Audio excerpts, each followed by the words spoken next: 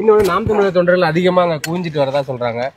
இல்ல போன முறையும் இதை விட அதிகமா நாங்க போனதை விட அவங்க அதிகமா குவிச்சிருந்தாங்க. அது வழக்கமா குவிக்கிறது தான். காவல்துறை வந்து உங்க மேல நடவடிக்கை எடுக்கிறத நீங்க கண்டனம் தெரிவிச்சிட்டு இருக்கீங்க. இதுல அரசியல் அழுத்தம் எந்த அளவுக்கு இருக்குன்னு இப்படி ஒரு கேள்வி கேட்டா நான் என்ன பதில் சொல்றது? அரசியல் தான், அழுத்தம் தான், வேற அதுல ஒன்றும் இல்லை. இது ஒண்ணுமே இல்லாத வழக்கு. இது இந்த வழக்கை நீதிமன்றத்துக்கு கொண்டு போனதே நான் தான். ரொம்ப நாளாக அது ஒரே துயரமா இருக்குதுங்க, விசாரிச்சு முடிச்சு விடுங்கன்ட்டு. அவங்க திருப்பியும் ஒரு தடவை விசாரிங்கன்னு அது உங்களுக்கு தெரியும் தானே. இது முற்றுப்பட்டுட்டா என்னை ஒன்றும் செய்ய முடியாது. இது இருக்கிற வரை தான் இழுத்து இப்படியே இப்போ இவ்வளவு நேரம் பாருங்க, காலையில் பேசி மதியம் பேசி அப்படியே ஒரு அசிங்கப்படுத்திட்டு இருக்கலாம்னு. இது தொடர்பான கேள்வி அமைச்சர் சேகர் பாபு சொல்லும்போது தமிழகத்துல சட்டத்தின் ஆட்சி நடக்குது, சாத்தான்களின் ஆட்சி நடக்கல அப்படின்னு ஒரு பதில் சொல்லியிருக்காரு. இப்போ இதுலேருந்து பொதுவாக பார்க்கும்போது சாத்தானின் ஆட்சி நடக்குதா சட்டத்தின் ஆட்சி நடக்குதுன்னா உங்களுக்கு தெரிஞ்சிடும். சட்டத்தின் ஆட்சி நடக்குதுன்னா அண்ணா பல்கலைக்கழகத்தில் ஐயா அறநிலைத்துறை அமைச்சருடைய கருத்து என்ன? கள்ளச்சாராயம் குடிச்சாங்க விற்று 62 பேரை கொண்டுட்டாங்க, கைது பண்ணீங்க.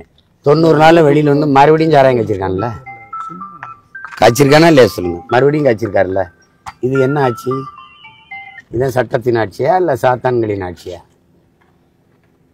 முதல்ல ஒரு ஒரு ஒரு ஒரு தடவை காய்ச்சி பல உயிர்களை பறி கொடுத்துட்டீங்க, 10 லட்சம் கொடுத்து சரி பண்ணீங்க. அப்புறம் அவன் திருப்பி வந்து அதே வேலையை செஞ்சிருக்கானே அதே நபரு. அப்ப எந்த துணிவில் காய்ச்சிராமே? அப்ப பயமே இல்லை. அப்ப இது சட்டத்தின் ஆட்சி இல்லை, சாத்தான்களின் ஆட்சி தான். சட்டத்தின் ஆட்சின்னா தினம் பள்ளிக்கூடத்துல தினம் பாலியல் குற்றச்சாட்டுகள் பிள்ளைகள் பாழாகிறாங்கன்னு உங்களுக்கு தெரியுதுல்ல. அதுக்கு நீங்க பாத்தீங்க எத்தனை படுகொலைகள் நடு சாலையில நிகழ்ந்திருக்குது. அது ஒண்ணுமே இல்லை. அந்த சிசிடிவி கருவியில பதிவானது தான். எல்லாம் பதிவாகி எவ்வளவு வந்துச்சுன்னு எவ்வளவு கொலைகள் நடந்ததுன்னு தெரியும்.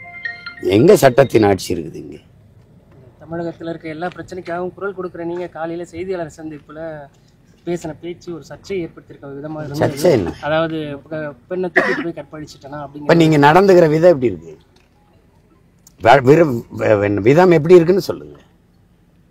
எப்படி இருக்குன்னு சொல்லுங்க. சர்ச்சைக்குரிய விதம் எப்படி இருக்குன்னு சொல்லுங்க. விருப்பம் இல்லாம ஒரு பெண்ணை கடத்திட்டு போய் நீங்க வலுக்கட்டாயமா புணர்ந்தாதான் வன்புணர்வு வச்சாதான் அது குற்றம். நீங்க விரும்பி படுத்தா அதுக்கு பேர் என்ன? அதுக்கு பேர் என்ன சொல்லுங்க. 15 வருஷமா நீங்க இங்க பாருங்க, 15 வருஷமா நீங்க எல்லாரும் சேர்ந்து என்னையே என் குடும்பத்தை என்னை சார்ந்த எல்லாரையும் கற்பழிக்கிறீங்க, வன்புணர்வு செய்றீங்க. எங்க மனநிலை எப்படி இருக்கும்? ஒரு பொம்பளை அவ என்ன சொல்றான்னு நீ தெரியாம நீ பாட்டுக்கு போட்டே இருக்க. நான் இந்த இடத்துல அரசியலா இவ்வளவு உயரம் இல்லாம என்னை பார்த்து பயமில்லைன்னா விடுவியா? நீ இவ்வளவு பேசுவியா? நான் சாதாரண சினிமா இயக்குனர், திரைப்பட இயக்குனர். எனக்கு மார்க்கெட் இல்லை, ஒன்றும் இல்லை, படம் இல்லை. பேசுவாளா அவ பேசுவாளா நீ பேசுவியா? நான் இருக்கிற உயரம் உனக்கு பயம் கட்டுது, நான் வளர்ந்துருவேன்னு நினைக்கிற, அச்சப்படுற, நடுக்க வருது. அதனால இந்த ஆவுன்னா அந்த பொம்பளை குட்டி வந்து முன்னாடி சண்டை போடுறேன். வீரன்னா நேருக்கு நேரம் போடணும், பொம்பளைக்கு பின்னாடி போய் நிக்க விடுது. பெரியாரை பத்தி நான் பேசுறேன், நீ பெரியாரை புகழ்ந்து பேசு. பெரியார் இதெல்லாம் செஞ்சிருக்கான்னு எடுத்து சொல்லி என்னை சரி பண்ணு. அவ தப்பா பேசுறா, பெரியார் பாருங்க இவ்வளவு சாதிச்சிருக்கான்னு சொல்ல ஒண்ணு இல்லை, உனக்கு ஒண்ணு இல்லை. ஆவுன்னா இந்த அவதூறு, இந்த கேவலம், இந்த வாடகை வாயை வச்சு விசாரம் பண்ற ஒரு கூட்டத்தை வச்சிருக்க, அதை வச்சுக்கிட்டு பேச விட்டுக்கிட்டே இருக்கிறது. அவனுக்கு சம்பளம் மாசம்.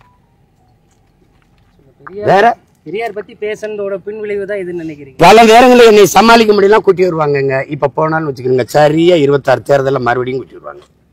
இந்த துயரத்துக்கு தான் வழக்க போட்டு இது முடிச்சு விடுங்கன்னு கொண்டு போனேன்.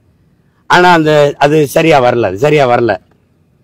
அது உங்களுக்கு தெரியும், உங்களுக்கே தெரியும். அதுல அழுத்தங்கள் திருத்தங்கள்லாம் இருக்குது. அதனாலதான் உச்ச நீதிமன்றம் போயிருக்கு இப்ப வழக்கு. உங்கள் வீடுகளில் புகுந்து அந்த காவலாளியை கைது செய்த இந்த காவல் ஆய்வாளர் மீது நீதிமன்றம் பிடியாணை கொடுத்திருக்கு. அவர் ஏற்கனவே ஒரு வழக்கறிஞரை தாக்கியிருக்காங்கன்னு எப்படி பாக்குறீங்க? ஒரு தொடர்ந்து இந்த மாதிரி தான் பண்றாரா இல்லை எப்படி? அதான் இதுதான் இந்த மாதிரி செயல்கள் வந்து இதெல்லாம் அநாகரிகமானது. எங்க வீட்டுல வந்து அப்படி நடந்திருக்க வேண்டிய அவசியம் இல்லை. எங்க வீட்டுல இருக்கிற எல்லாருமே மிகச்சரியா இருப்பாங்க. எல்லாம் இன்னொருடைய வளர்ப்புகள். நீங்க சொன்னீங்கன்னா வாங்கன்னா வந்திருப்பாங்க, அடிச்சு இழுத்துருப்பார். அதெல்லாம் ஓய்வு பெற்ற இராணுவ வீரர். அவர் ரொம்ப தங்கமானவர். அவர் அப்படி இல்லைன்னா என் வீட்டில் வந்து வேலை செய்ய முடியுமா? அவங்க ஒருத்தர் அவர் அதிர்ந்து கூட பேச மாட்டார்.